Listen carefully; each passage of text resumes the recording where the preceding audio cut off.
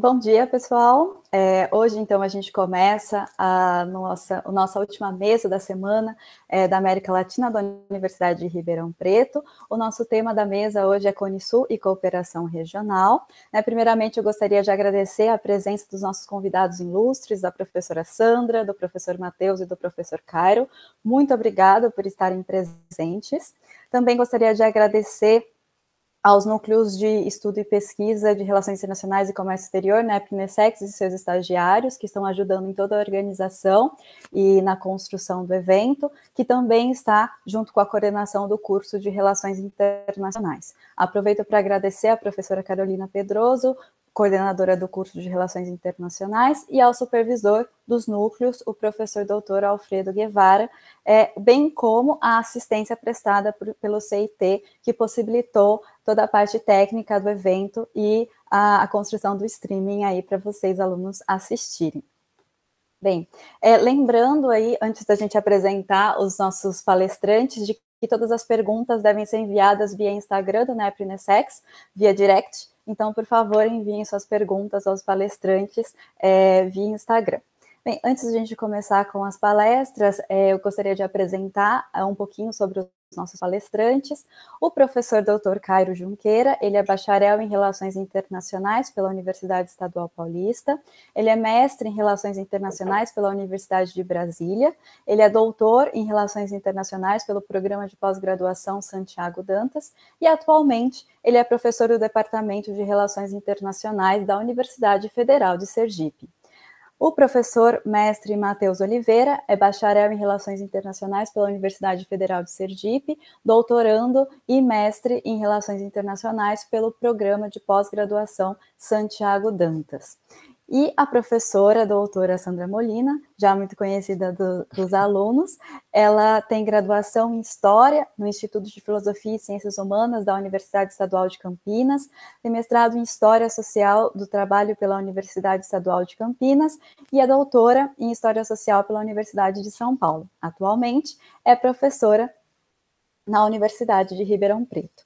Bem, convido então a professora Sandra para começar a sua apresentação e depois a gente prossegue a apresentação dos outros palestrantes. Por favor, professora. Bom dia a todos. Eu quero agradecer imensamente o convite da Carolina, da doutora Carolina, para participar desse evento. Estou muito emocionada, porque estou vendo aqui um amigo muito querido, que é o Cairo, com quem convivi há alguns anos na universidade, o professor Matheus, que está de volta em segurança, professor Danilo, professora Tamires, em especial estou vendo os meus alunos, assim. Estou muito feliz, porque desde que o Apocalipse e a Peste chegou, desde que eles chegaram, a gente tem repensado uma série de coisas, né. Esse afastamento faz a gente refletir muito sobre quem somos nós no mundo, e valorizar coisas que eram aparentemente banais, né. Então, eu estou muito feliz, porque é uma oportunidade de estar chegando, aos meus alunos de Relações Internacionais e alguns alunos meus da UNAEP, para dizer que fiquem bem, né, que se mantenham resilientes e que, se por um lado, esse apocalipse ele nos afastou, em outro sentido, a tecnologia tem nos permitido, essa proximidade, de outra forma isso seria impossível, né. Então, eu quero muito, muito agradecer a oportunidade de estar aqui com vocês. Não sou especialista em América Latina, e o que eu combinei com a professora Carolina foi que eu faria um overview histórico, sobre o Cone Sul, porque o Cone Sul, ele é uma parcela, né, uma parcialidade daquilo que se chama América Latina, que é, na verdade, um nome que foi surrupiado, né. Existe um texto da década de 90 do professor Hector Bruy, que faz toda uma discussão do quanto o nome, América Latina, acabou sendo, construído em cima de uma captura do termo América para os Estados Unidos, né. Então, o que eu vou trabalhar com vocês aqui rapidamente é fazer um pouco dessa análise, da evolução histórica desses 5 países que nós chamamos, Cone Sul, né. Basicamente são Argentina, Chile, e Uruguai. O Brasil, eles analisam, a região sul, e o Paraguai nem sempre é inserido por questões econômicas, mas, no geral, quando se analisa na bibliografia sobre o Cone Sul, você tem esses 5 países, né. Essa região é uma região que está sempre em muita atrelada a muita disputa, né, de forma ancestral. Existem 2 países que estão o tempo todo, buscando a liderança, e alguém já disse, um escritor latino-americano, que Argentina e Brasil são irmãos siameses, colados pelas costas, porque eles são obrigados a conviver, mas têm muita dificuldade de se ver e de entender quais são as suas necessidades, né. Então você tem Argentina e Brasil sempre buscando um processo de liderança, em alguns momentos o Chile se manifesta também, mas em especial Argentina e Brasil, porque eles têm um crescimento, né, que a bibliografia trabalha como milagre econômico, no caso da Argentina entre meados do século XIX e início do século XX, e no caso do Brasil em meados do século XX, no caso do Brasil, mais do século XX, né. Esses 5 países, eles possuem características históricas e geopolíticas semelhantes, na construção histórica que eles têm, embora, cada vez mais eles se diferenciem do ponto de vista econômico, né. Mas, o que eles têm em comum é que eles são fruto de um projeto de colonização engendrado na Europa, em especial pelas coroas portuguesa e espanhola, entre os séculos XVI e XIX, né. Mas não é qualquer projeto de colonização, e isso é muito importante, eu acho que isso é uma base para aquilo que os professores vão discutir depois, porque é um projeto fundamentado na chamada implantação do capitalismo internacional, né. Então, entre os séculos XVI e XIX, você tem um processo de migração do chamado capitalismo comercial e mercantilismo para o chamado capitalismo industrial e a implantação disso em escala internacional. As coroas portuguesa e espanhola são coroas muito específicas na Europa do século XVI, XVII, XVIII e XIX, porque são coroas que não permitiram, a implantação do Renascimento, viveram, experiências de Renascimento, mas depois, por uma escolha das elites ao longo do século XVII, XVIII, tiveram muita dificuldade com a discussão sobre a questão do Estado. Então, a coroa portuguesa e espanhola, ela vive um Estado absoluto até século XIX, e por conta dessa grande presença, da Igreja Católica, uma vez que não permitiu a contra-reforma religiosa, nesses lugares eles tiveram só a reforma, não a contra-reforma, muito pouco se teve de contra-reforma, você vai ter uma presença maciça da Igreja Católica como grande parceira desse projeto colonial. Isso é muito importante, porque, assim, as pessoas olham para essa região da América, como se fosse um acaso nós termos, nos tornado o que nós nos tornamos, mas, na verdade, isso é fruto de um processo mais amplo, existe uma construção política e ideológica feita aqui, né. Então, essa Igreja Católica é a grande parceira do processo de colonização, e foi uma das grandes lideranças no processo de destruição cultural das populações autóctones, na mesma medida em que ela implanta cotidianamente, permeada por práticas, cotidianas e pelas instituições, educacionais, um padrão europeu. Então, ao longo do século XVI, XVII, XVIII e XIX, você vai ter um reforço da construção mental e ideológica europeia transplantada para essas terras do lado de cá do Atlântico, né. É importante notar que os países espanhóis, de colonização espanhola, ainda tiveram uma chance a mais do que os de a colonização brasileira, que foi feita pelos portugueses, porque, nesses países havia a possibilidade de construção de universidades. As nossas primeiras universidades foram construídas bem depois. E isso é muito importante quando você pensa nos ativos culturais e intelectuais que esses países recebem durante o processo de independência e depois ao longo da construção do Estado Nacional, né. Para se ter uma ideia, o impacto dessa Igreja Católica no Brasil, ele é tão forte, no Brasil e no Cone Sul como um todo, que você tem confissões e denunciações do Santo Ofício em pleno século XVIII, né, coisas que já estavam sendo extintas na Idade Mé na Europa, você ainda tem isso acontecendo aqui no Brasil.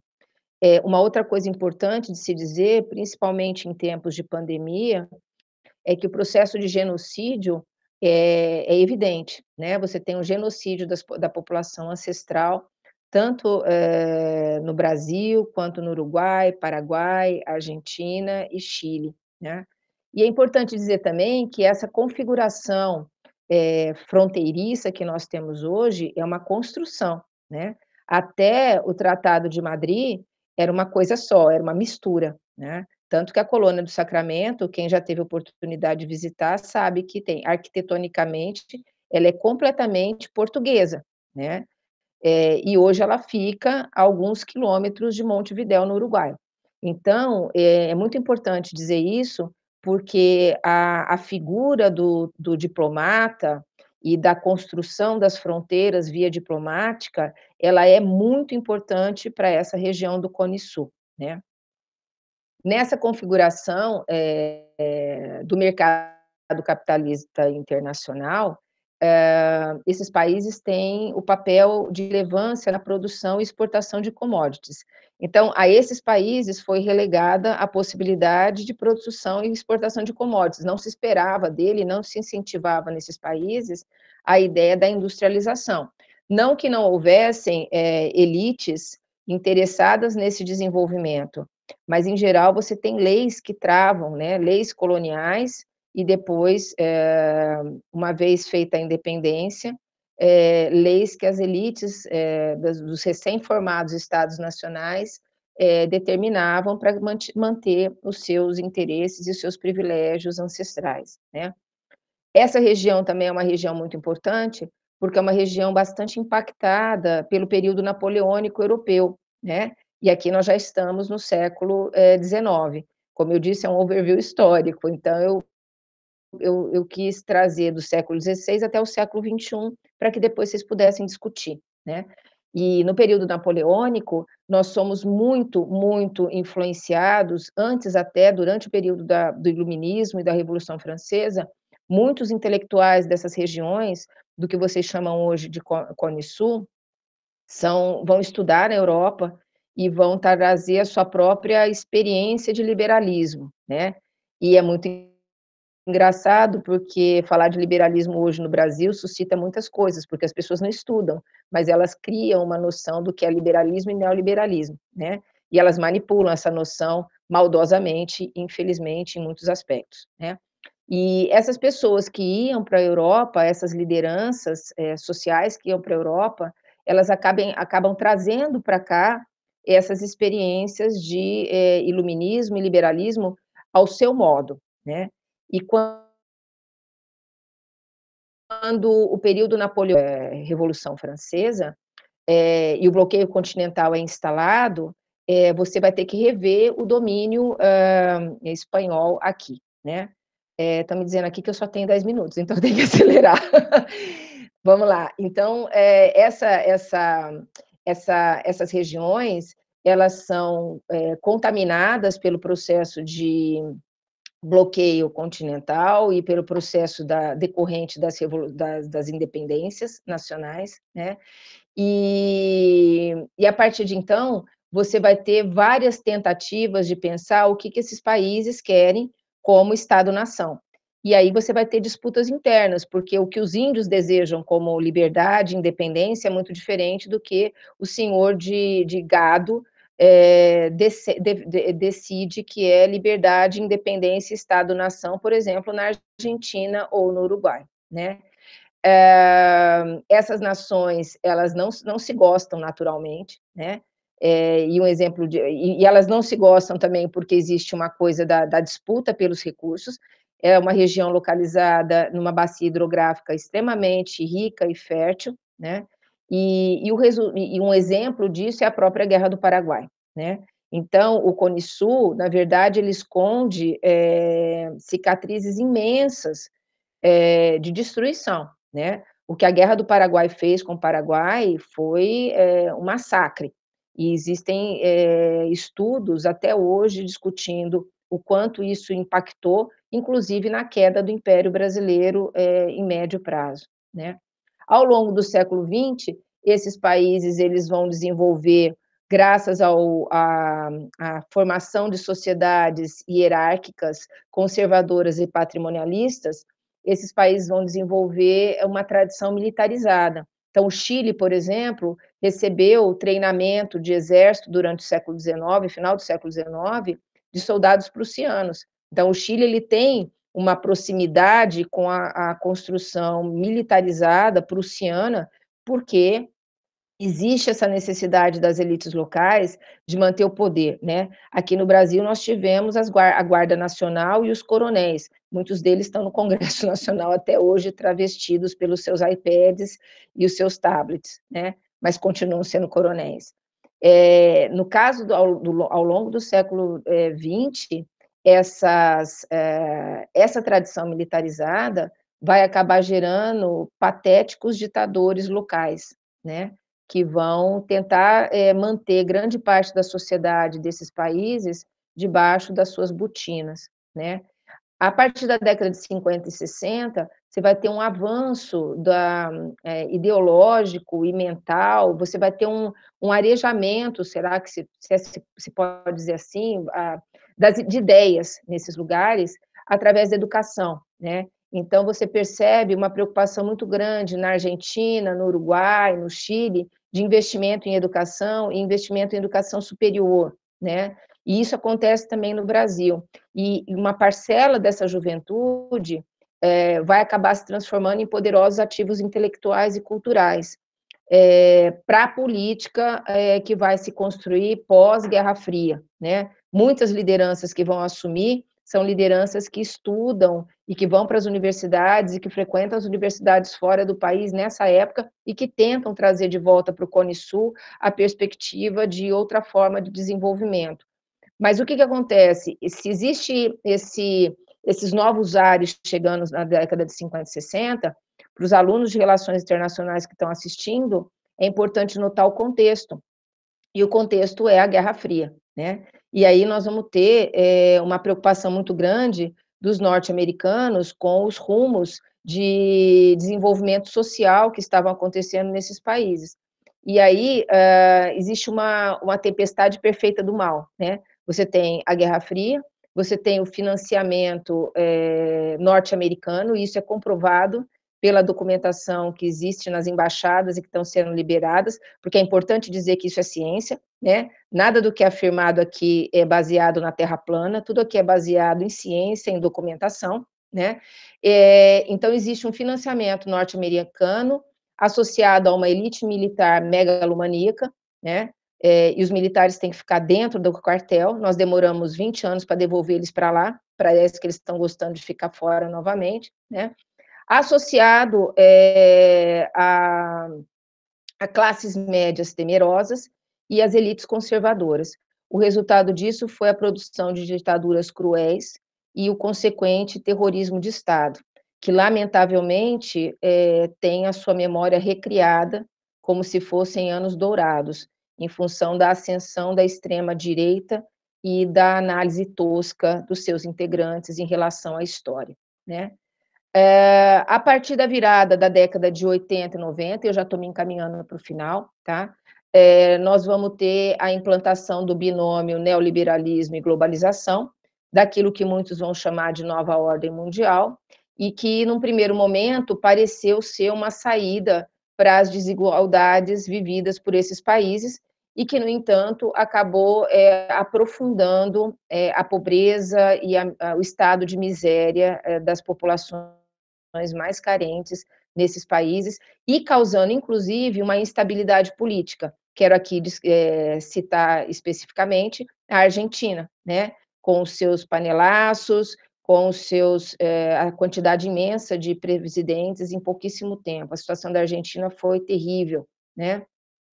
Mas quero dizer também o quanto foi complicado no Brasil, o quanto foi complicado esse processo no Uruguai e no Paraguai, né? E aí nós adentramos com o Cone Sul no século XXI, né? E no século XXI, depois dessa primeira experiência mal sucedida com o binômio neoliberalismo e globalização, nós começamos a viver a chamada onda rosa, né? Que é muito discutida dentro da bibliografia, que era uma tentativa de utilizar instrumentos do neoliberalismo sem esquecer a implantação de políticas públicas para a grande população que sofre na pobreza estabelecida nesses países, né? O problema dessa onda rosa foi que a grande parte desses governos desses estados, acabou padecendo e tropeçando em escandalosos processos de corrupção promovidos por esses governos. E isso acabou gerando uma má vontade e uma relação meio que rancorosa em relação à perspectiva do que se fazia até então, que era juntar neoliberalismo com alguns laivos de estado do bem-estar social lá atrás, né? Quando se considera o restante da América Latina, esses países eles têm uma relativa qualidade de vida, né? Mas eles ainda têm profundos desafios a solucionar. As desigualdades sociais brutais, a qual grande parte da sociedade está relegada, a corrupção, a gestão pública de qualidade, o resgate da sua memória como nação, que em certa medida tem sido manipulada pelos movimentos de extrema-direita. E aqui eu queria dizer especificamente a questão da memória da ditadura. Acho que os argentinos foram mais felizes que nós, porque a lei de anistia nossa foi pífia e acabou perdoando e colocando debaixo do tapete uma série de coisas que nós estamos pagando um preço alto agora, né? Então, esse resgate ele é necessário porque ele tem sido essa memória tem sido cada vez mais manipulada pela extrema-direita, que é financiada discreta ou escancaradamente por grandes corporações internacionais, que estão interessadas na utilização das riquezas potenciais desses países. Existem vários autores que discutem isso, né? Associadas às elites tradicionais, que manipulam o conceito de neoliberalismo como lhes convém, né? Então, quando convém, o Estado não tem que interferir. Quando convém, vamos pegar dinheiro nos bancos estatais, né? O que é de uma hipocrisia atroz. Mas como grande parte da população está subordinada à falta de informação e educação de qualidade, o processo de fake news, infelizmente, não é uma coisa só ligada aos brasileiros, esses outros países também vivenciam isso, né? E o que se tem com tudo isso é uma tentativa de evitar a todo custo o avanço das condições de equidade das minorias políticas que esses países vivem e que, na verdade, são maiorias numéricas. Então, assim, é mais um panorama que pode servir de base para as discussões que os professores mais especialistas na área podem desenvolver a partir de então. É um olhar de uma historiadora sobre quem fomos nós e para onde nós vamos enquanto Cone Sul nesses próximos anos aí. Muito obrigada. Extrapolei o tempo, Thaís, Tamires? Não? Beleza? Então tá bom. Muito Não, obrigada perfeito, pela oportunidade. Bem, gostaria de agradecer à professora Sandra pelo panorama histórico brilhante. A gente consegue ver pontos muito importantes da nossa história que vão ajudar os nossos outros palestrantes a comentar sobre a situação do Cone Sul e a gente ter uma consciência histórica sobre o que aconteceu e como nós nos formamos como região. Muito obrigada, professora.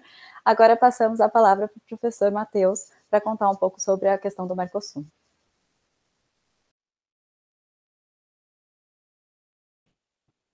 Vocês me ouvem? Bom, bom dia a todas e a todos. Queria primeiro agradecer ao convite da professora Carolina e da professora Tamires. É um prazer muito grande para mim participar do evento, por diversos motivos, né? Primeiro, pela oportunidade de estar em contato de novo com os alunos que um dia já foram meus, também pela oportunidade de compartilhar essa companhia de tão alto nível que vocês estão me proporcionando. Eu estava olhando aqui os quadradinhos do Google Meet, e aí Danilo talvez entenda melhor, parafraseando o Celso de Mello, me sentindo pretório excelso. E também fico muito contente em participar pela relevância do tema, né? Eu acho que a professora Sandra foi muito feliz no resgate que fez agora há pouco, e várias coisas que ela falou me chamaram a atenção, eu pretendo retomar, e a primeira delas é que nós pertencemos a um espaço que tem os seus pontos de similitude, de convergência, a gente tem uma história compartilhada, a gente enfrenta desafios muito semelhantes em diferentes níveis, mas a gente ainda se conhece muito pouco, e eu acho que se a gente quer, como eu sei que o curso de Relações Internacionais da UNAERP quer formar pessoas, formar estudantes que sejam uma massa crítica consciente, né, que não se limitem a reproduzir chavões e que tenham, enfim, uma capacidade analítica mais acurada, eu acho que esse tipo de evento é uma oportunidade muito grande para alcançar esse tipo de objetivo. Como eu disse, acho que o resgate que a professora Sandra fez foi muito oportuno e enfim, bastante rico. Eu vou começar um pouco mais próximo no tempo, né, e primeiro situando o que exatamente que eu queria conversar com vocês. Eu quero focar esses meus minutos de fala na conjuntura mais recente das relações entre Argentina e Brasil e o que isso significa, como isso se desdobra sobre o Mercosul, o Mercado Comum do Sul, que é o nosso principal processo de integração regional aqui no Cone Sul.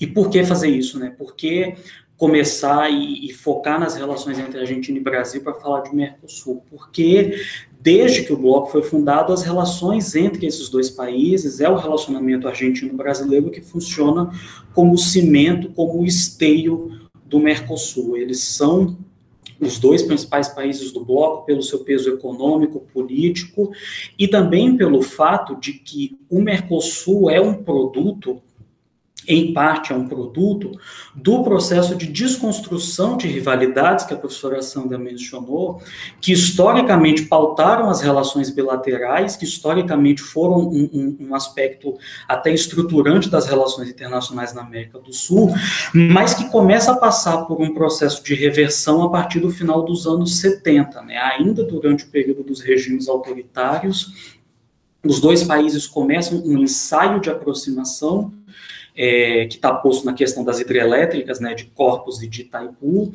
Isso avança durante os anos 80, um fato muito importante, muitas vezes esquecido, foi o apoio meio escondido, mas muito importante, que o Brasil deu à Argentina durante a Guerra das Malvinas, em 82, e posteriormente isso vai avançar já na redemocratização, através dos acordos lá entre o presidente Raul Alfonsín e o presidente brasileiro José Sarney, que são efetivamente a grande base sobre a qual será edificado em 1991 o Tratado de Assunção e posteriormente em 1994 o Protocolo de Ouro Preto, que são aí os dois grandes instrumentos jurídicos fundantes do Mercosul.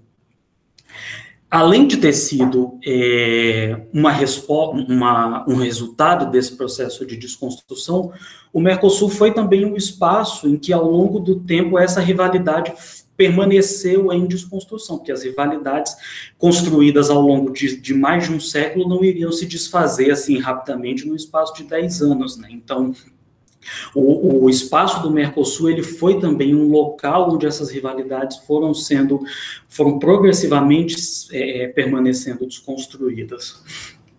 Além disso, e eu acho que esse é um ponto importante, até para fazer um gancho com o que eu quero tocar com vocês mais para frente, o Mercosul também a criação do Mercosul, ela também está ligada a um contexto muito específico de transição político-econômica que estava acontecendo no mundo como um todo, né? Você tinha o final da Guerra Fria, a ascensão do que ideologicamente se viria a chamar de nova ordem mundial, que é um termo que sempre tem que estar entre aspas, porque foi cunhado por um político, e político não cunha conceito acadêmico, e o Mercosul foi pensado, ele também teve um componente de ser um caminho e uma forma de reação da região, principalmente de Brasil e Argentina, um contexto que impunha muitos desafios a esses dois países, principalmente no campo econômico, por conta da pressão pela liberalização do comércio e das finanças que havia naquele momento de expansão do chamado Consenso de Washington. Então, eu acho que é importante ter um pouco isso em vista, o Mercosul como um produto e um caminho para a desconstrução de rivalidades, e o Mercosul também como uma resposta conjunta a um problema comum, a visão de que aquele contexto, aquela conjuntura impunha um desafio a esses países que seria melhor enfrentado se esses países estivessem atuando de maneira concertada. Apesar disso, né, então, eu acho que o ponto que eu quero deixar claro é que se Argentina e Brasil não vão bem um com o outro, não tem como o Mercosul ir bem de maneira geral. E uma outra coisa que acabou se consolidando nas apreciações sobre o Mercosul, até de maneira um pouco anedótica, é a crise como estado permanente. Parece que o Mercosul está em crise o tempo inteiro. Isso, em alguma medida, é um pouco de exagero da imprensa, às vezes é um pouco de concessão excessiva à retórica um pouco animada demais dos governos. Preciso dizer, principalmente o governo da Argentina, que costuma ser um pouco mais empolgado na hora do discurso. Mas ela também, essa caracterização do Mercosul como um bloco em permanente crise, ela tem o seu fundo de verdade e remete um pouco a uma questão muito importante, que infelizmente eu não vou poder aprofundar, que é o fato de que a institucionalidade relativamente frágil do bloco torna o Mercosul mais suscetível, né, a interferências e ingerências das variações de ventos políticos. Então, o fato de não ter uma institucionalidade, sobretudo com um nível de autonomia mais substantivo em relação aos países membros, o Mercosul ainda é essencialmente intergovernamental, faz com que essas mudanças de vento na política soprem com muita força no bloco. Apesar de tudo isso, sempre houve um reconhecimento nos 4 países membros, depois na Venezuela, enfim, nos membros associados, mas, de novo, eu quero focar em Argentina e Brasil, sempre houve um reconhecimento da importância do Mercosul, da relevância do Mercosul, do significado político, econômico, e também aspectos que são frequentemente esquecidos, mas cultural, sanitário, educacional. O Mercosul é muito mais do que comércio. Eu sempre, quando eu ministrei a disciplina de integração regional, eu brincava com os alunos. O Mercosul não é só uma bandeira na porta da Assembleia Legislativa, e o Mercosul não é só problema de geladeira e carne de porco. O Mercosul, hoje, ele tem uma dimensão, uma densidade muito maior do que a gente consegue capturar através de um olhar mais precipitado. Sempre houve o reconhecimento da relevância desse bloco, e sempre houve, com diferentes níveis, né, com diferentes gradações, porque, afinal de contas, nós estamos falando de política, e política é o terreno do inexato, é o terreno da criação do possível. Sempre houve um empenho em contornar essas crises, em contornar os desafios, as desavenças, que havia dentro do bloco e que, enfim, se refletia no estado da integração regional. Importante frisar, acho que essas desavenças, elas não têm muita relação com signos políticos, então você tem momentos em que você tem governos mais de centro-esquerda, mais de centro-direita em Argentina e Brasil, e eles se entendem bem, às vezes eles se entendem pior quando têm a mesma orientação ideológica, não é exatamente essa a questão, mas essa persistência de um esforço em fazer do Mercosul, em fazer o Mercosul superar esses desafios, eu acho que é uma característica que se verifica para além dessa caracterização, às vezes, um pouco assodada de Mercosul como um fracasso, que definitivamente não é, ou como um bloco que só vive a crise.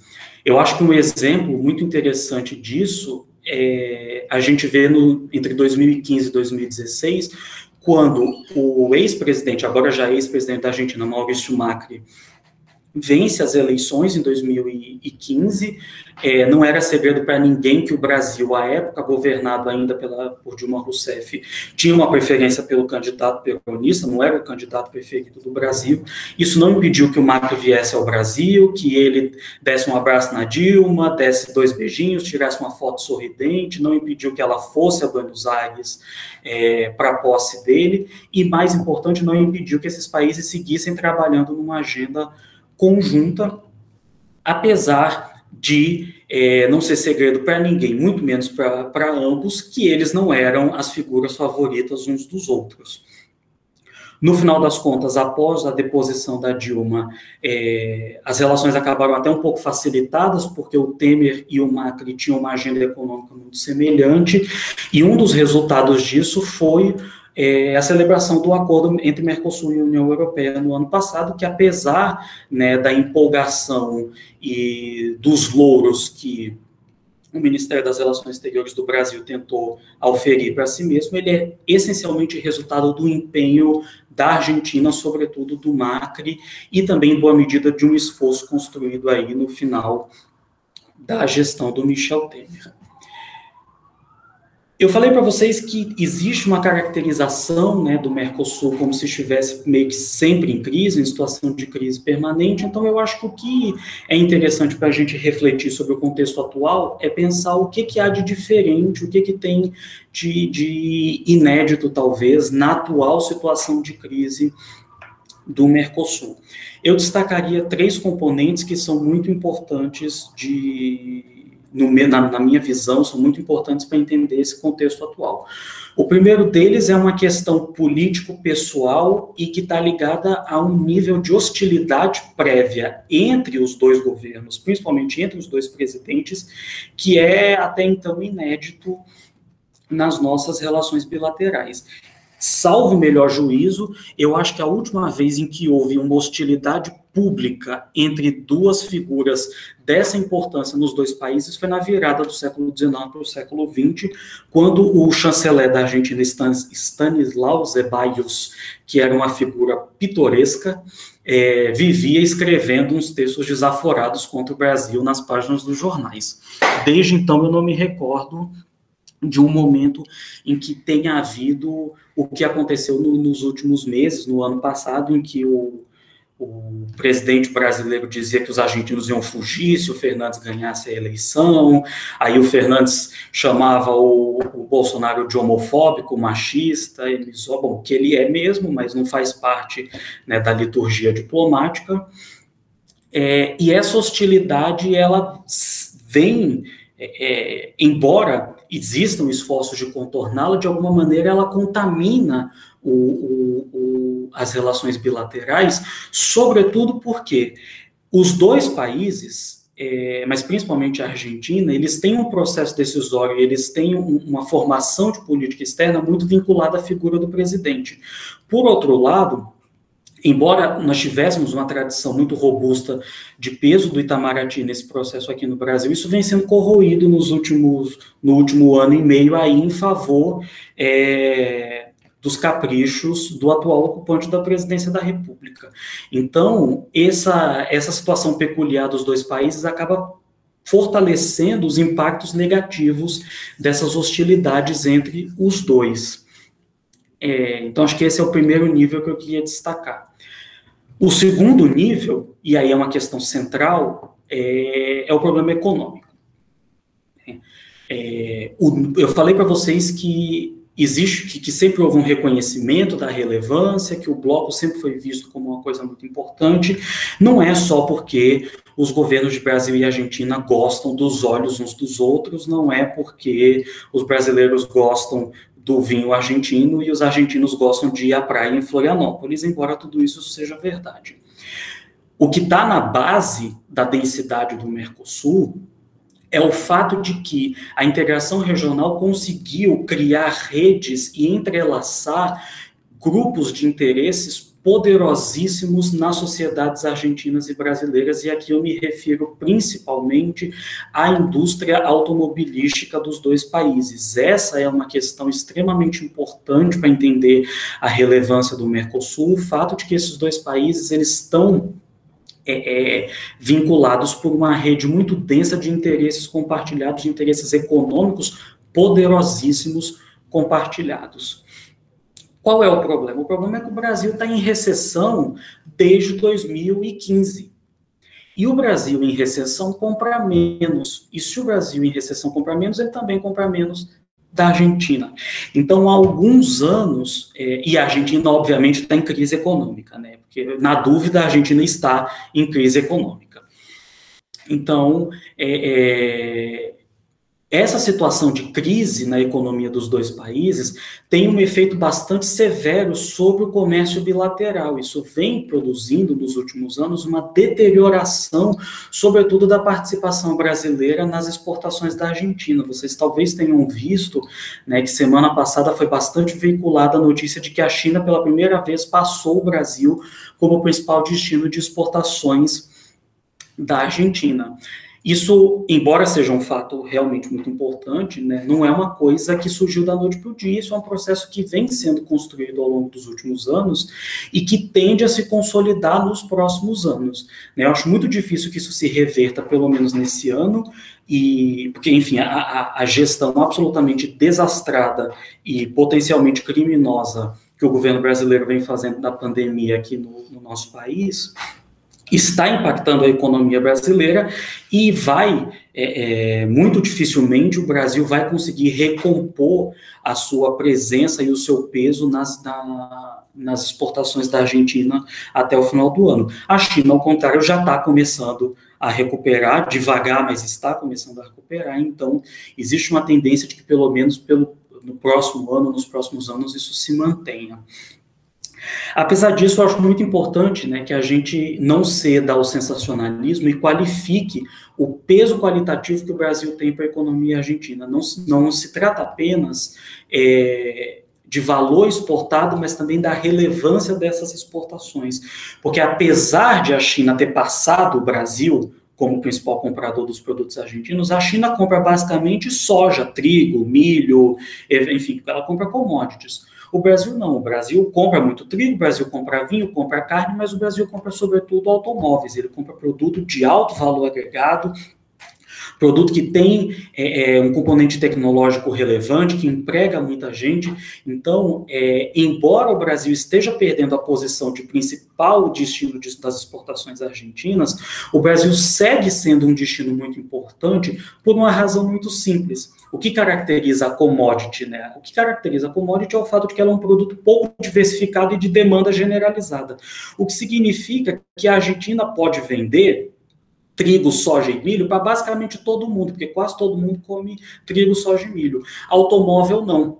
A Argentina não tem condições de exportar os seus automóveis para os Estados Unidos, para a Coreia do Sul, para o Canadá, nem mesmo para a China. Para quem que a gente não consegue exportar automóvel? Ela consegue exportar para Paraguai, Uruguai e Brasil.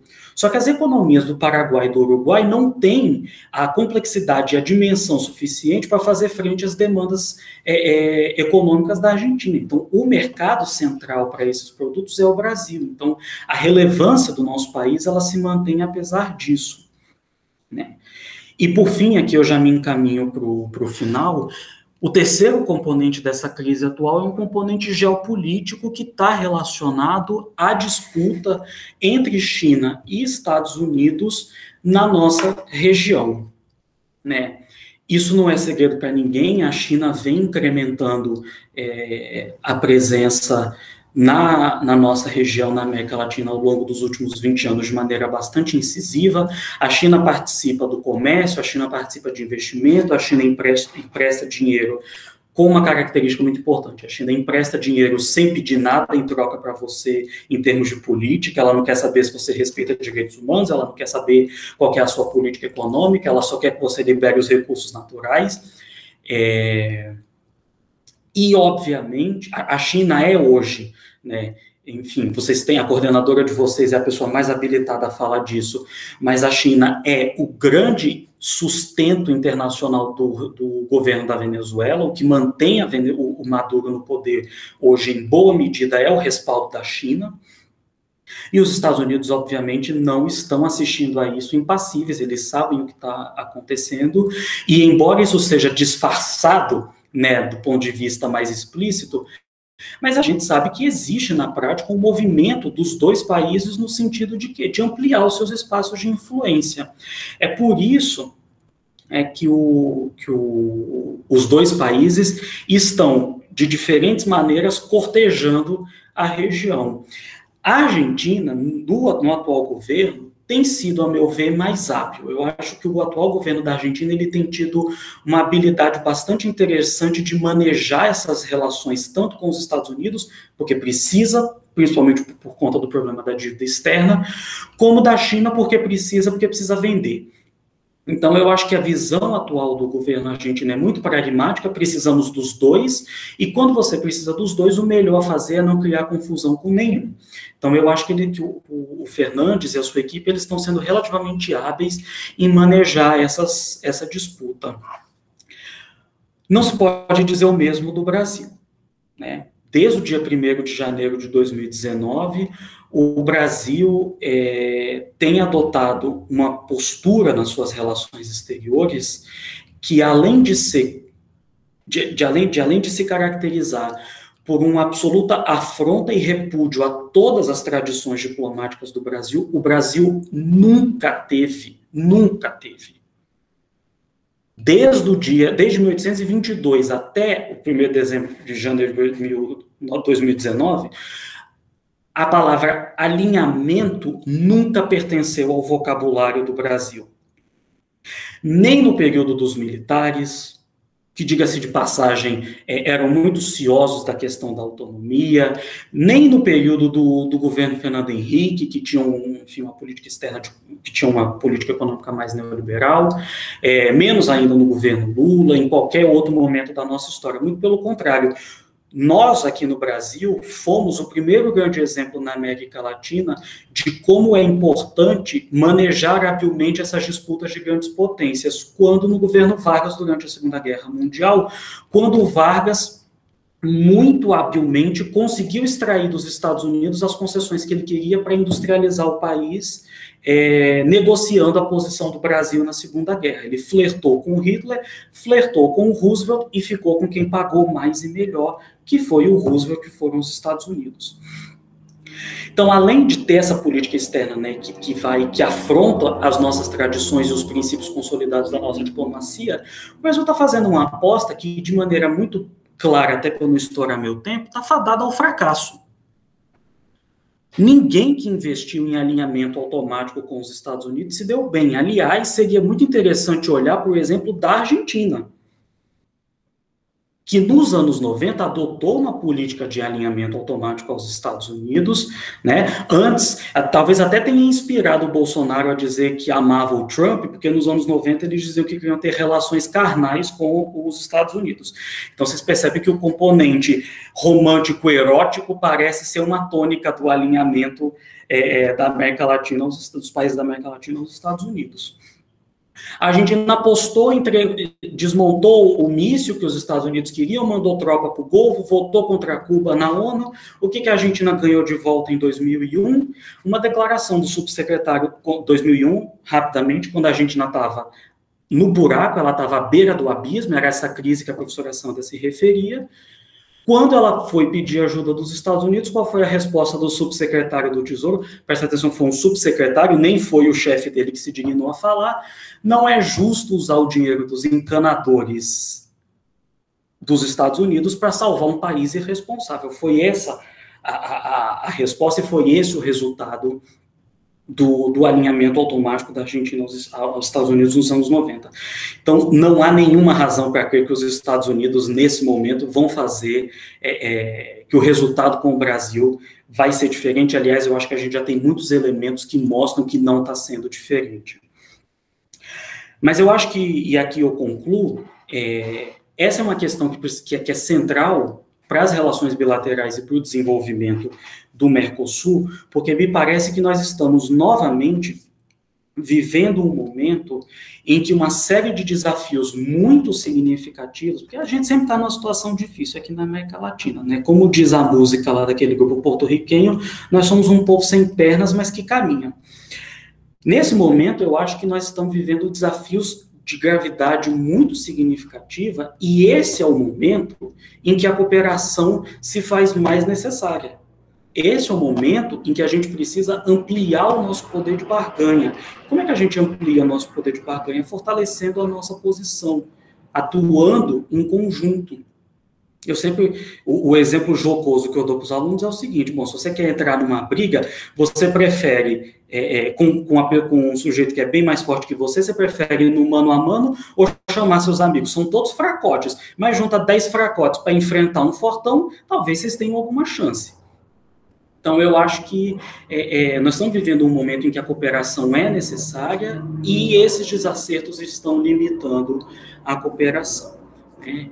Eu, por dever de ofício, sou um pessimista, então eu não acho que as coisas vão melhorar, muito pelo contrário, eu acho que a gente ainda vai cavar muito um buraco até poder se dar o luxo de dizer que nós chegamos ao fundo do poço, mas um dia nós vamos chegar lá e aí vai ser a hora de voltar. Eu acho que esses elementos são elementos que a gente precisa ter em vista para entender e para tentar, eventualmente, até participar de um esforço de resposta a essa crise, a esse momento de tanta gravidade que está se abatendo sobre o Brasil, sobre a Argentina e sobre a América Latina de maneira geral. Tamires, por favor, não me mate, eu sei que eu estourei o tempo, mas foi com boas intenções, embora sejam elas que alimentem o inferno.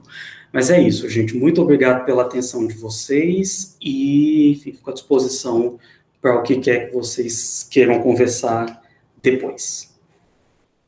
Bem, muito obrigada, professor Matheus, pela apresentação. Né, a gente conseguiu ter um panorama muito interessante sobre as relações Brasil e Argentina, a questão do Mercosul, de uma forma bem sóbria, como você tinha falado, né, a gente sempre tem algumas exaltações quando a gente fala de cooperação, e também com exemplos muito divertidos. Acho que os alunos conseguiram entender muito bem essa relação aí com as suas explicações. Muito obrigada. Agora eu passo a palavra para o professor Cairo. Vocês me ouvem? Sim? Bom dia. Eu já vou avisar que eu tô marcando o tempo aqui, Tamires, então eu vou me atentar aos 20 minutos, mas como o Matheus já passou, então se eu passar também não vai ter, ou seremos absolvidos ou seremos culpados da mesma forma. Em primeiro lugar, né, o que o Matheus e a Sandra já falaram, eu quero reiterar o agradecimento de estar aqui, primeiro pelo convite, né, nas pessoas da professora Tamires e da professora Carol. Também tenho grandes amigos aqui, como o professor Danilo, o professor Alfredo. E, em segundo momento, também grandes amigos, mas por poder dividir esse espaço, né, remoto, online, professora Sandra e professor Matheus, né, com quem eu convivo aí já há vários anos. E o Matheus, em termos da UNAERP, um pouco menos, mas a Sandra foram 4 anos e pouco na UNAERP da gente trabalhar junto. Então, fico muito contente por poder estar aqui e, claro, também por dividir e retomar um ambiente de fala com alunos que eu já tive a oportunidade de dar aula, né? O Felipe, no caso, que está aqui, eu não conheço, estou conhecendo hoje, mas a Isabelle, o Gabriel e o Rafael, tive a oportunidade de dar aula para eles, então é muito bom revê-los também, e revê-las no geral. Como eu fiquei por último, né, e o tema que me foi proposto, que é o tema da paradiplomacia e no Mercosul, a minha fala aqui é muito difícil, por quê? Porque esse foi o tema da minha tese, então eu tenho que falar da minha tese em 20 minutos, o que é maçante.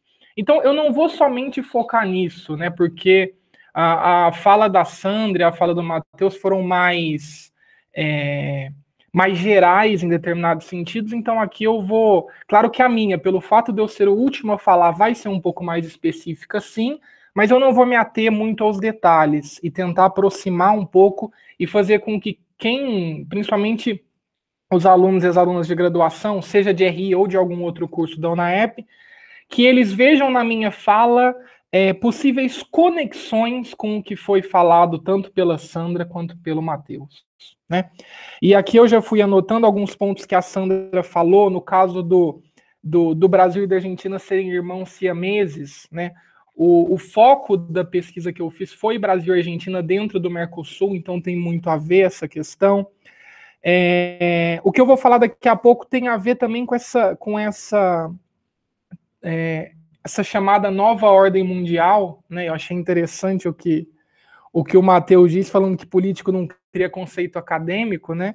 E agora não se fala mais em nova ordem mundial, mas se fala em nova política externa, que é o que o Ernesto Araújo usa como se pode chamar isso de conceito, né? Embora, de novo, não tenha, desculpa a expressão, porcaria nenhuma, mas...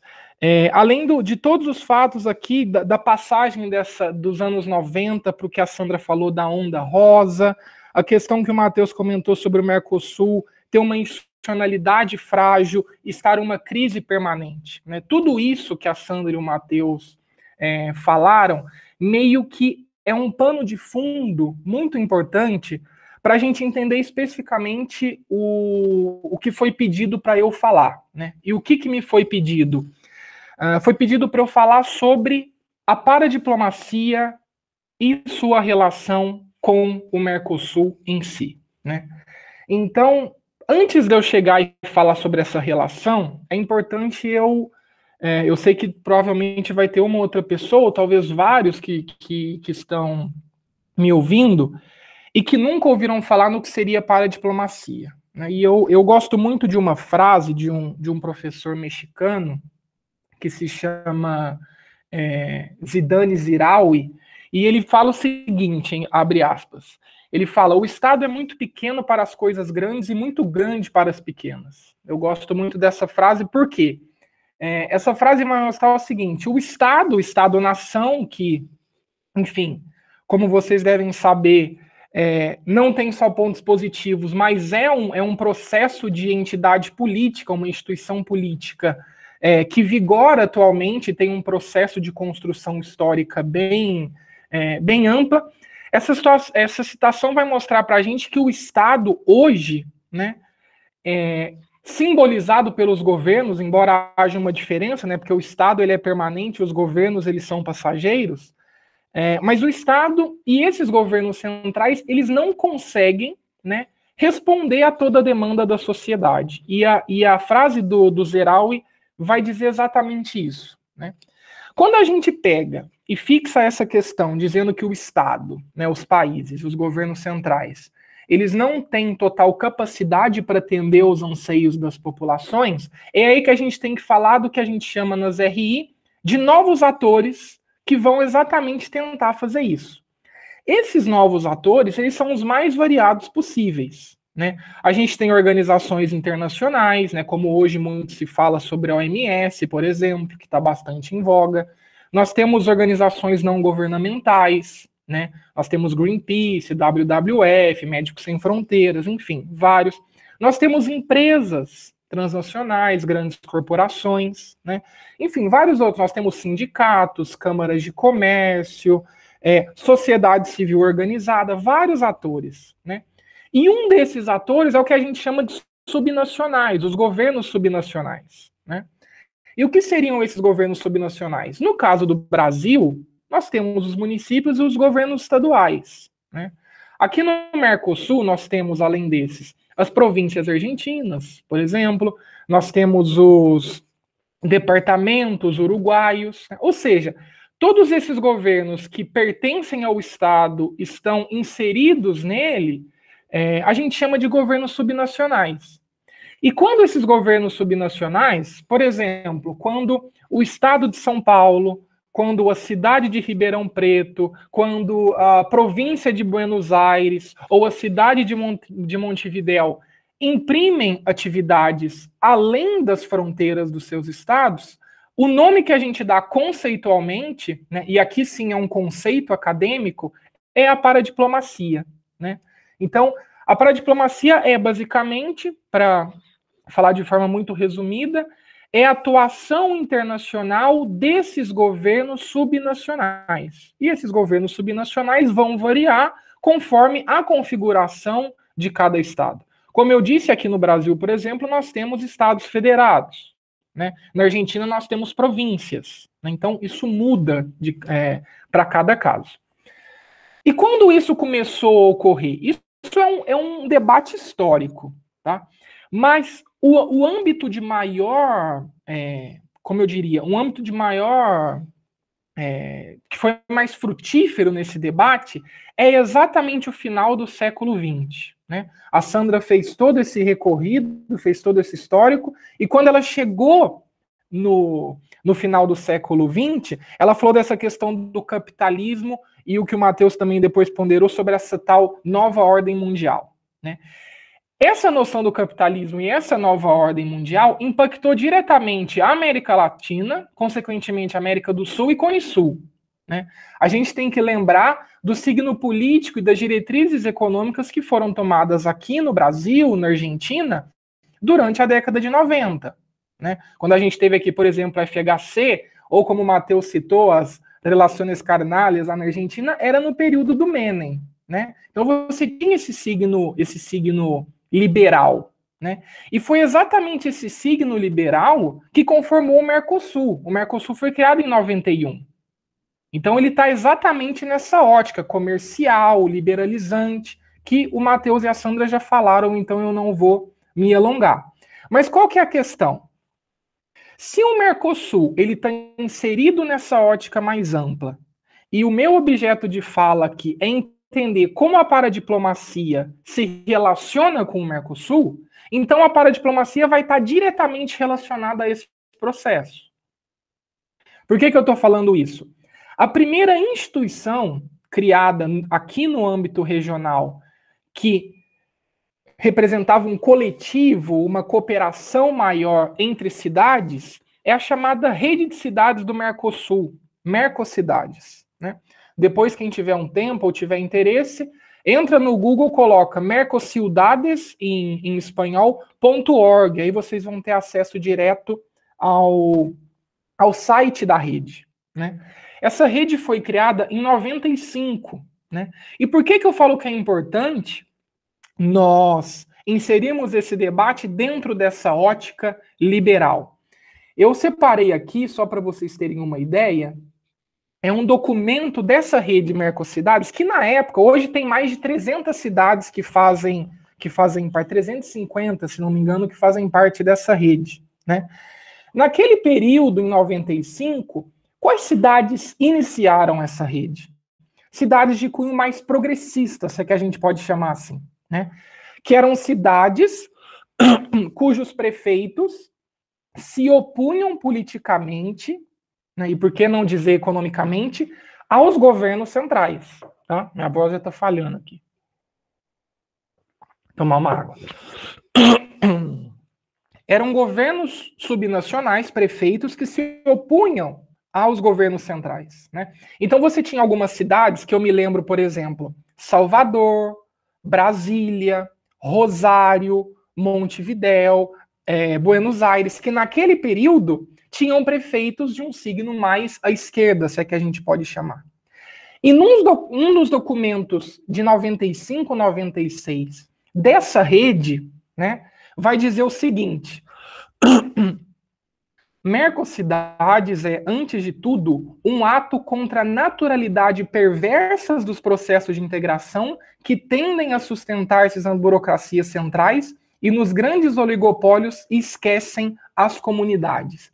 Isso daqui está colocado num dos primeiros documentos da rede. Só para vocês terem ideia de como esse processo, repito, que a Sandra colocou, que o Matheus colocou, reflete diretamente numa questão muito específica que a gente está tratando aqui, que é como governos subnacionais, nesse caso as cidades, né, que num primeiro momento eram cidades majoritariamente do Brasil e da Argentina, com exceção de Montevidéu no Uruguai, que também tem um respaldo muito forte, como eles se articularam.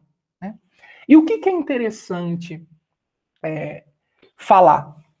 Por isso que eu acho que é legal ter uma mesa sobre Cone Sul, que é o seguinte: para explicar os nossos problemas, nós precisamos ter conceitos e teorias e um arcabouço que vai explicar isso. Nós não podemos importar determinadas concepções. Né?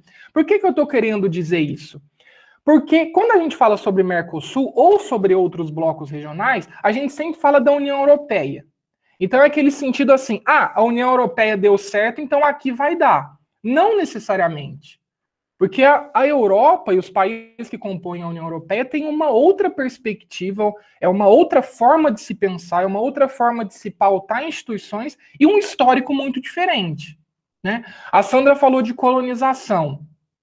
Cada vez mais, quando a gente tenta entender a América Latina, América do Sul e Cone Sul, se a gente passa uma régua nisso e deixa para lá, não tem como você explicar.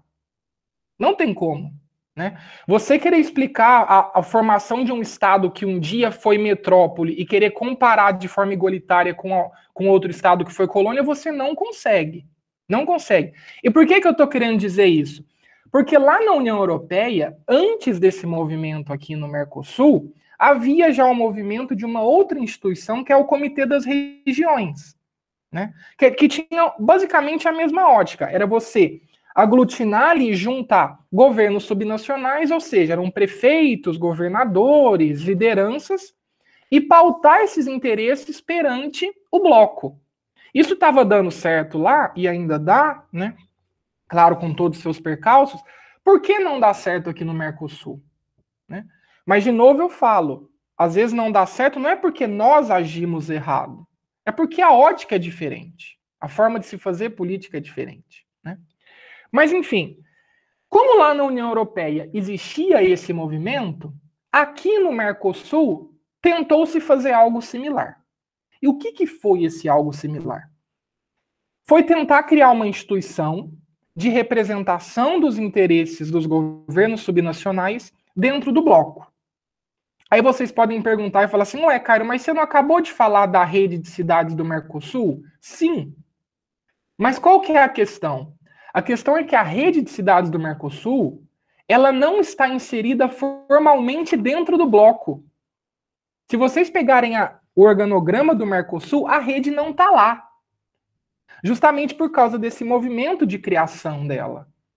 Quando a rede foi criada, como eu disse, era um movimento político oposto ao que o Mercosul de fato estava colocando. Naquela década de 90, políticas liberais, privatização, pós-consenso de Washington. Ou seja, esse movimento que aconteceu aqui não é o mesmo movimento que aconteceu na Europa. Por isso que eu reafirmo, não adianta ver o que está lá e chegar e tentar colocar aqui achando que vai realmente dar certo. Mas qual que foi essa tentativa? A tentativa foi o seguinte, ok, na União Europeia está acontecendo isso, vamos criar uma nova instituição de representação subnacional no Mercosul. Isso ocorreu? Sim, isso ocorreu. Ocorreu em 2004, quando foi estabelecido o Fórum Consultivo de Cidades e Regiões, o chamado FCCR. Né? O que é o FCCR? O FCCR, agora eu não sei se eu falo se é ou era, né? Por quê? Porque eu estava escrevendo algo a respeito agora no mês passado, eu entrei no site do Mercosul e o FCCR não aparece mais no organograma e não é possível mais encontrar as atas do FCCR no site. Inclusive aqui fica uma dica para quem for pesquisar alguma coisa sobre Brasil ou Mercosul ou algo assim. Se precisar do site, baixa o site, porque as coisas estão sumindo. Na Unasul foi a mesma coisa. Na Unasul apagaram muita coisa do site, muitos dados. Isso acontece, se antes queimavam o livro, agora estão apagando o site. Né? É basicamente isso, assim. Então, tem esse processo. E voltando ao que eu estava falando, esse fórum consultivo ele foi criado em 2004, só que o que aconteceu? ele não deu certo, né? E ele não deu certo por variados motivos, sendo que vários desses motivos o próprio Matheus já colocou aqui. Por quê? O fato de você criar uma organização de representação de cidades, municípios, estados federados, províncias e departamentos dentro do Mercosul vai fazer com que esta instituição ela vai reverberar, ela vai sofrer todos os processos que o próprio bloco regional sofre. Então, como o Matheus disse, se o Mercosul ele vive em um estado pleno de crise, essa crise também foi mostrada dentro do Fórum Consultivo. Veja que aqui eu não estou afirmando, vai falar assim, Caio, então você está afirmando que os prefeitos, os governadores e tal, sempre quiseram o melhor, sempre fizeram o melhor, e a culpa é dos presidentes? Não é somente isso. A questão é de múltipla escala. Mas o Mercosul, em virtude dessas crises, e o que o próprio Matheus disse sobre a institucionalidade frágil, isso foi, na verdade, instrumentos que fizeram que o próprio Fórum Consultivo fosse perdendo força ao longo do tempo. E talvez um dos exemplos de maior perda de força é o que eu falei agora há pouco. O fato da instituição não aparecer mais no organograma do Mercosul e o fato dela não estar mais inserida no próprio site. Para quem tiver interesse, o site oficial do Mercosul é Mercosur, com R no final, .int. E lá vocês vão ter uma série de documentações e tal. Pois bem, e por que eu quis estudar isso? Eu quis estudar isso exatamente por aquele ponto que eu falei sobre a União Europeia.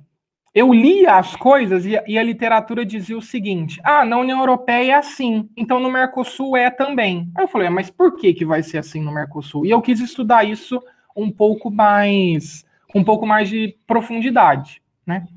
A minha fala aqui agora, já estou quase terminando, que já está nos 19 minutos. Eu falei mais de uma parte ampla, né, para não ficar muito em questões pequenas, mas o que eu fiz? Na minha pesquisa, como que eu faria para ver essa realidade específica? Eu acho que é um dos grandes pontos, assim. Eu fui lá e fiz entrevista. A entrevista, ela é muito difícil, mas ela é parte da pesquisa que eu acho que é necessária. Então, assim, todas essas cidades que eu citei aqui para vocês, então vamos supor, Montevidéu, Buenos Aires, Brasília, São Paulo, eu conversei com gente, com gestores, conversei com ex-prefeitos e tal, que estavam diretamente vinculados a isso. Por quê? Como eu falei, para você entender a realidade nossa, você precisa conversar com gente que é daqui e utilizar, por vezes, um arcabouço conceitual, teórico, que é feito aqui também, né? Isso que é interessante. Então, o que me inquietava era o quê? É que sempre que eu li alguma coisa, falava-se o seguinte, os blocos regionais são arenas, são áreas de efetivo potencial aos governos subnacionais. E eu li aquilo e falava assim, nossa, então o Mercosul vai ser um arco-íris com um pote de ouro e aquele unicórnio passando no final, todo mundo feliz. E eu fui vendo que não. Eu fui vendo que não, justamente por quê? Porque a nossa região, né, ela tem, como a Sandra falou e o Matheus falou, tem dinâmicas específicas que merecem ser melhor elucidadas. Então, para fechar, o que eu concluí? Que essa atuação desses governos subnacionais aqui na nossa região, ela é sui generis, ela tem que ser compreendida de uma maneira muito particular, evitando generalização, né? E daí, como eu falei, Caio, você deve pensar assim, Caio, então você falou que o Fórum Consultivo sumiu, não tem mais nada? Não, existe. A rede Mercocidades ainda continua com uma atuação muito forte, de cooperação, de diálogo, e isso deve ser destacado, né? Só que uma questão que surge daí é o seguinte, as Mercocidades, elas conseguem fazer seu trabalho justamente porque elas estão fora do Mercosul? Isso que é um paradoxo.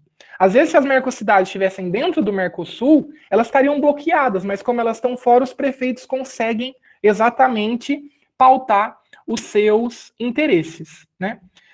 E eu fui vendo ao longo da tese, e já fechando aqui a minha fala, que o Mercosul, sim, ele, em meio a todas as debilidades que foram faladas aqui, o Mercosul ele serve para determinados tipos de governos subnacionais.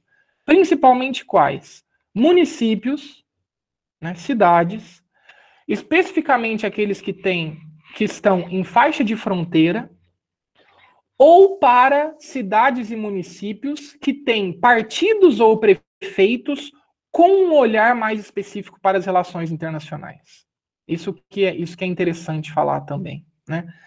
Existem vários estudos sobre isso, sobre a vinculação político-partidária e a internacionalização de cidades. Eu não vou me alongar aqui, mas é um movimento recente que é interessante para a gente que é da área de RI conversar sobre. E por fim, agora realmente para fechar, e aqui eu vou mais deixar o debate, que eu acho que a gente vai ter uma outra pergunta e tempo para isso. Em 2020, como que isso fica? Isso fica extremamente mexido, né? Mexido no sentido de transformado, né? Como eu falei, o fórum consultivo parece não existir mais. No meio disso, o Mercosul, que tem uma certa dependência, que eu coloco essa palavra entre aspas, para vocês não confundirem com a teoria da dependência, que é outra coisa, eu estou falando de dependência num caso específico, do próprio Brasil e da Argentina, que a Sandra, no início da fala dela, disse isso, dos irmãos siameses, o Matheus também focou, né? O fato do Mercosul, hoje, né, ser dependente do Brasil e da Argentina, e você ter uma política externa brasileira extremamente inerte, sem fôlego e fora do padrão, para usar palavras aqui não muito pesadas, e o fato de ter esse rompimento com a Argentina, né? O próprio Matheus falou, e se eu não estiver enganado, quando o Fernandes assumiu a presidência, o Bolsonaro não foi na cerimônia de posse, né? Acho que o Mourão que foi, que também isso é um sinal de quebra dessa tradição histórica brasileira. Salvo engano, a primeira viagem internacional que o Bolsonaro fez foi para o Chile, inclusive, né? Enfim, o atual panorama do regionalismo, ele não é muito bom, ele é instável nesse sentido, e quando a gente vai falar sobre paradiplomacia aqui, acaba que reverbera um pouco dessa conjuntura. Enfim, isso para não me alongar seria essa a minha fala. Uma outra coisa mais atual do debate aqui que a gente pode juntar o que nós três falamos, a gente pode desenvolver um pouco mais nas perguntas. E agradeço de novo, muito obrigado pela oportunidade. Bem, muito obrigada, professor Cairo. Acho que ficou muito esclarecido para a gente entender o que é paradiplomacia, que para muitos alunos é um mistério, ninguém nunca nem ouviu falar sobre o que é, então foi muito didática a sua fala para entender, e me senti muito representada com a questão da Unasul e do Mercosul, porque comigo aconteceu a mesma coisa. Todos os documentos da minha tese eu tive que baixar porque eles não existem mais em nenhum lugar. Então, é algo assim que tem acontecido com frequência com outros órgãos aí de cooperação. Bem, gente, só para a gente finalizar, nós temos 3 perguntas, uma para cada um de vocês. Eu peço que não delonguem muito, porque a gente só tem 10 minutinhos aí para finalizar.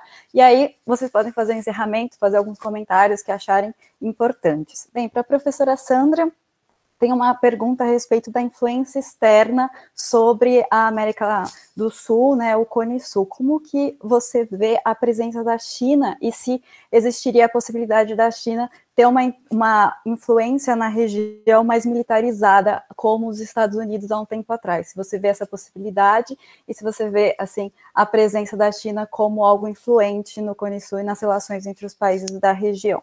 Para o professor Matheus, a gente tem uma pergunta se, considerando a atual conjuntura do Mercosul, se você acha que o presidente atual uruguaio poderia servir como mediador nas relações entre Brasil e Argentina, considerando esse momento aí de instabilidade e de, né, uma situação um pouco complexa, considerando o Brasil e a Argentina atualmente. Então, se o Uruguai seria, de alguma forma, mediador.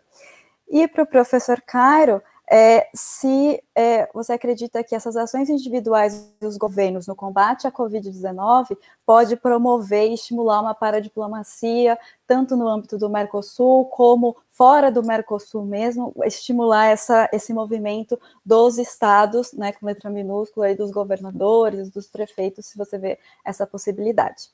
É isso. Sandra, se você quiser começar, fique à vontade. Bom, muito obrigada pela pergunta. Primeiro, eu quero reafirmar que eu não sou especialista em relações internacionais, né? Eu sou uma curiosa, mas o meu lugar de fala é a história, né? E deste lugar de fala, eu acho que nós estamos vivendo um movimento de criação insuflada pelas ações dos governos, do governo federal, no caso do Brasil, e dos governos centrais nos outros países, de insuflar as chamadas teorias da conspiração, né? Quando você analisa contextualmente o mundo hoje, não existe clima para... eu acho, assim, a China é mais inteligente que isso, né? A China é muito mais sofisticada que isso. Quando você analisa a política externa da China, o livro branco de política externa que eles têm, eles são muito mais sofisticados do que a utilização de exércitos à altura do campeonato. Esse olhar de que a China, é da China que veio o vírus, é da China que vem a invasão, a China é perigosa, isso é uma construção midiática insuflada pelos governos de extrema-direita que querem fazer esse movimento de criar um inimigo. Quando você analisa a política externa norte-americana, os norte-americanos, alguns presidentes, e o Trump é um deles, eles precisam desesperadamente de um inimigo comum, né? O tempo todo eu tenho que ter um inimigo. E, lamentavelmente, nós temos governantes que agora fazem isso na América do Sul, né? No Cone Sul, em especial no Brasil. Acho que a China tem outras formas de se aproximar, e eu acho que a disputa pelo 5G é uma delas, né? A disputa pelo 5G é uma coisa muito mais profunda, muito mais séria, que tem impactos seríssimos, gravíssimos no nosso cotidiano.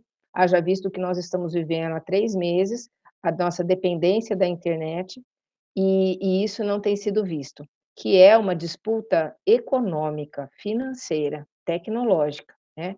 Então, eu acho que é momento da gente minimizar um pouco esses olhares militarizados, né, e folhetinescos que se tem para pesquisa, para política externa. A política externa hoje ela é muito mais sofisticada do que no século XIX, do ponto de vista dos militares, né? Então, eu acho que a China é mais inteligente do que simplesmente usar tropas. Isso daí é uma coisa que é uma construção mais midiática desses governantes do que a... Mas volto a dizer, não sou especialista. Mas de onde eu olho, eu falo assim, acho que não rola, não.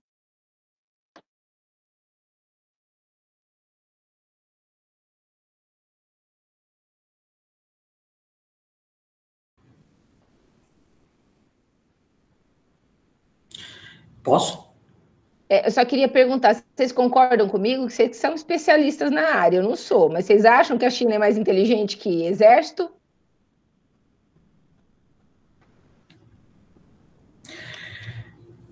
Eu acho que foge muito ao padrão chinês de atuação. Não é pelo menos do que a gente conhece. Pode ser que aconteça, porque, enfim, nada é impossível, mas não é o que a gente tem visto ao longo das últimas décadas, né? Desde o Deng Xiaoping, não parece ser essa a forma chinesa de atuar, exceto quando se trata do entorno mais imediato, Tibete, Nepal, eventualmente Índia, mas, enfim, eu desconheço movimentos extra-regionais chineses nesse sentido.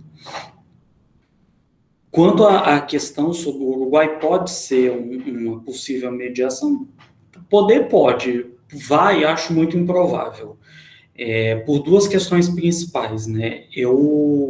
Primeiro, para você fazer esse esforço de mediação, Um princípio básico é você ser reconhecido pelas partes que estão sendo mediadas como um ator neutro. E eu tenho algumas reservas, enfim, eu tenho algumas dúvidas em relação às reservas que tanto o Bolsonaro como o Fernandes tenham em relação ao Lacaille-Pou como sendo uma pessoa isenta o suficiente para liderar um esforço de mediação. Não sei se é o caso de o Uruguai ser de novo o famoso algodão entre cristais, né, como dizia lá o Lorde inglês.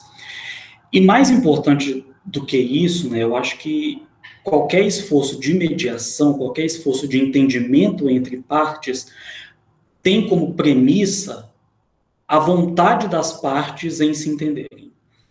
E eu não sei se isso está posto, sobretudo, do lado brasileiro. Talvez uma das lições mais claras que a gente tem em relação ao atual presidente brasileiro é que todas as expectativas que se criaram em torno à possibilidade de moderá-lo, de exercer algum tipo de força de contenção sobre os impulsos mais primitivos dele, se mostraram fracassadas. Não foi isso que aconteceu, né? Então, eu não vejo isso, nesse momento, como sendo uma coisa muito que pertence aos interesses mais relevantes dele, né? O que eu acho, e aí é uma questão interessante para a gente ter em vista, para acompanhar, eu não tenho nada conclusivo a dizer sobre isso, é como ele vai responder a uma possível ruptura, uma possível divisão no interior da sua base de apoio junto ao empresariado brasileiro. Por quê? Porque vocês devem ter visto recentemente, teve bastante em mídia para o fato de que a Argentina estava saindo das negociações de um acordo de livre comércio que o Mercosul estava tentando fazer com a Coreia do Sul, e a Argentina está fazendo isso para proteger a indústria dela. Como eu disse, a Argentina não vai exportar celular para o país da Samsung, não vai exportar carro para a Coreia do Sul. Acho que a Hyundai é da Coreia do Sul, se não for, vocês façam de conta que é. Mas alguma montadora muito sofisticada é de lá. E o que acontece no Brasil? No Brasil você tem uma divisão. Enquanto a Fiesp sinaliza positivamente em relação a esse acordo, a Confederação Nacional da Indústria assinou um documento em conjunto com a com a União Industrial Argentina, rechaçando esse acordo de livre comércio com a Coreia do Sul. Então, eu acho que uma questão que aí sim a gente precisa ficar atento é como é que o governo brasileiro vai reagir ao fato de que o apoio dele no empresariado pode ser dividido, pode ser comprometido por essa divergência em relação a essa questão do comércio exterior. Porque eu acho que isso é uma coisa muito importante para a gente ter em vista. É evidente que existe alguma afinidade ideológica, é evidente que as ideias, né, por assim dizer, os pensamentos, por assim dizer, do presidente brasileiro ecoam em setores do empresariado nacional que têm uma raiz bastante complexa em termos socioeconômicos, mas, no fundo, o interesse principal desses grupos é o interesse econômico. Então, eles não têm nenhum problema em apoiar quem quer que seja, isso está muito claro, desde que os seus interesses sejam atendidos. A questão é, até que ponto essa questão do comércio exterior vai influenciar a percepção desses setores sobre a capacidade desse governo satisfazer os seus interesses. E aí é que eu acho que está um jogo político muito interessante de ser observado. Posso seguir? Bom, vou tentar ser o mais breve também. Vou dizer, eu vou tentar fazer uma pincelada em cada uma das perguntas, mas já dizer que eu concordo com a Sandra e com o Matheus. Em relação à influência da China em termos militares na região, penso eu que pelo menos no curto prazo não, né? Para quem tiver interesse, saiu recentemente o relatório do CIPRE, que é aquele instituto de pesquisa sobre paz de Estocolmo. E para vocês terem uma ideia, em 2019, 38% dos gastos globais com questões militares foi somente dos Estados Unidos. A China vem em segundo com 14%, né? E, além disso, que é bastante representativo, Eu acho que a China ela tem mais preocupações com o entorno regional, em termos militares. Então, a América do Sul, a América Latina está muito longe, né? Além de ter essa questão que a Sandra falou em termos do discurso que há hoje, que eu acho que é importante também, né? Eu estava vendo, por exemplo, aqui, era uma das coisas que eu tinha deixado para ler depois. Hoje, por exemplo, saiu uma notícia na Folha falando que o Itamaraty está abafando a chamada diplomacia da máscara da China, né? E algumas doações de uma empresa chinesa estão bloqueadas por questões logísticas e questões ideológicas também. Então, para vocês verem como que a questão é complicada. A China é um bom moço? Talvez não. Na Argentina, a China já tem base de satélite instalada, por exemplo. Mas, assim, a gente tem... em termos de influência militar e tipo de coisa, tecnologia, os Estados Unidos estão muito à frente em termos de saber quem nós somos e quais são nossas informações, penso eu. Eu concordo com o Matheus também em relação à segunda pergunta. Eu não vejo o Lacalle Pou, que é o atual presidente eleito no Uruguai, como um possível mediador. Até porque o Lacalle Pou ele representa uma virada também em termos de signo político no Uruguai, mais vinculado à direita ou centro-direita em comparação com o Tabaré Vázquez e o Mujica, que estavam antes. Então, logo que o Lacalle Pou assumiu, por exemplo, ele falou de flexibilizar o Mercosul, ele meio que falou que ia sair também da Unasul, que não era interesse dele, ou seja, o Lacalle Pou acho que tem uma visão, assim, em termos do regional, muito similar, talvez, ou quase similar ao Bolsonaro, ou talvez ao governo chileno e colombiano, né? E, por fim, a pergunta que de fato me compete, sobre a atuação subnacional no Mercosul para o combate ao Covid. No Mercosul, eu não vejo muita perspectiva boa. Na verdade, para uma outra pesquisa minha, eu estava dando uma olhada. O que o Mercosul fez até agora para combate ao coronavírus é praticamente nada. Nada. Né? Você entra no site do Mercosul, você entra no site do Itamaraty, tem uma nota dos chefes de Estado do Mercosul em meados de março, foi quando a pandemia começou a tomar corpo aqui, e depois teve a liberação, de cerca de 15 milhões de dólares por parte do FOSEM, que é o Fundo Estrutural de Convergência do Mercosul, para o combate à pandemia. Mas o Mercosul em si, sinceramente, neste sentido, não está tendo de combate à pandemia, eu ouso dizer que não está tendo um papel que nós gostaríamos que estivesse tendo, ou algo similar ao que o Conselho de Saúde da Unasul fazia, e o papel em que se tinha. Né? Mas isso também se relaciona por quê? Retomando uma coisa que a Sandra falou. Porque a gente tem hoje um viés também político e ideológico de críticas a essas organizações. Então não é somente a ONU que é criticada, não é somente a OMS que é criticada, o próprio Mercosul, enquanto instituição regional, também né, por parte de vários governantes aqui do Cone Sul. Se o Mercosul não é uma saída, o que os governos subnacionais fazem? Eles tomam saídas por si próprio, entendeu? Vocês devem ter visto, por exemplo, uma das figuras que é o Flávio Dino, que é governador do Maranhão. Saiu noticiado sobre... Ele importou respiradores e deu um jeito de burlar a Receita Federal. Ou seja, isso é para a diplomacia. Se está certo ou não, eu deixaria para o Danilo falar. Eu deixaria para ele. Agora, isso é para a diplomacia em si, né? Então você tem agora os consórcios, o consórcio da Amazônia Legal, o consórcio do Nordeste, que são novas instituições que estão surgindo para dar conta disso, né? Então é aquilo. Só para finalizar e fazer a minha última crítica ao governo. Se o governo atual ele não consegue ou ele não quer fazer determinadas políticas, prefeitos e governadores não vão ficar de mão abanando e fazer nada. Ah, cara, então esses prefeitos e governadores são bons mocinhos? Não. Não. O Dino, por exemplo, o Dória em São Paulo. O Dória, ele tem uma projeção política para ser, talvez, se candidatar à presidência. E o que eu estou querendo dizer aqui? O que é algo que é muito visível, tem a questão sanitária e de saúde, Mas por que agora eu vou defender a nossa área, por que as ciências humanas elas são extremamente importantes hoje? Porque a questão de saúde é politizada. É politizada. A Covid-19 ela é politizada. Então, eu lembro na semana passada, quando o Entraub falou que não queria filósofo, sociólogo. Se você não tiver esse pessoal para compreender a pandemia enquanto algo socialmente estabelecido, você não vai entender os processos. Você não vai entender por que não tem gente usando máscara quando sai na rua.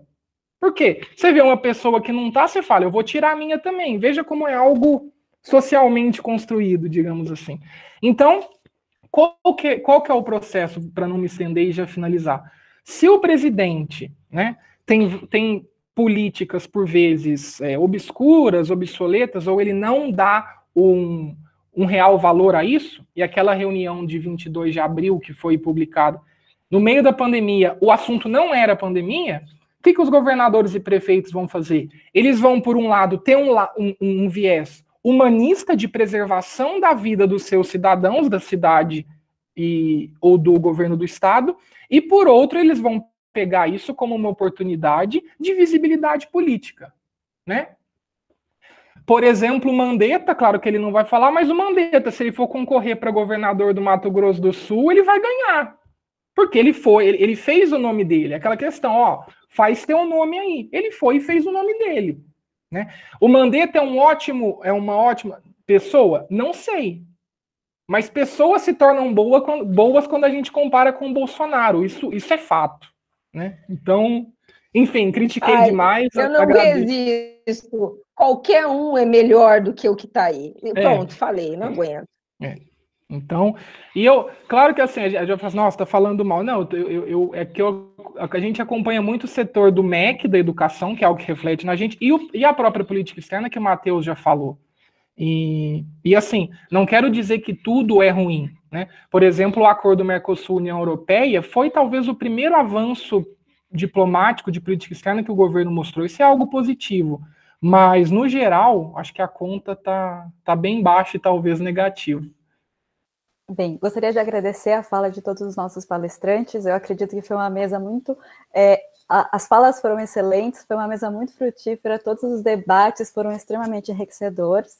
Quero agradecer em nome da professora Carolina e do professor Alfredo a presença de todos os alunos, a dedicação de assistirem a nossa Semana da América Latina. Espero que vocês tenham aprendido, como a gente também, professora, a gente aprende com os discursos, a gente aprende com as falas dos outros professores, e finalizar, então, a nossa semana. Acredito que nós finalizamos muito bem, com chave de ouro. Muito obrigada a todos, bom final de semana, e nos vemos ao longo do semestre.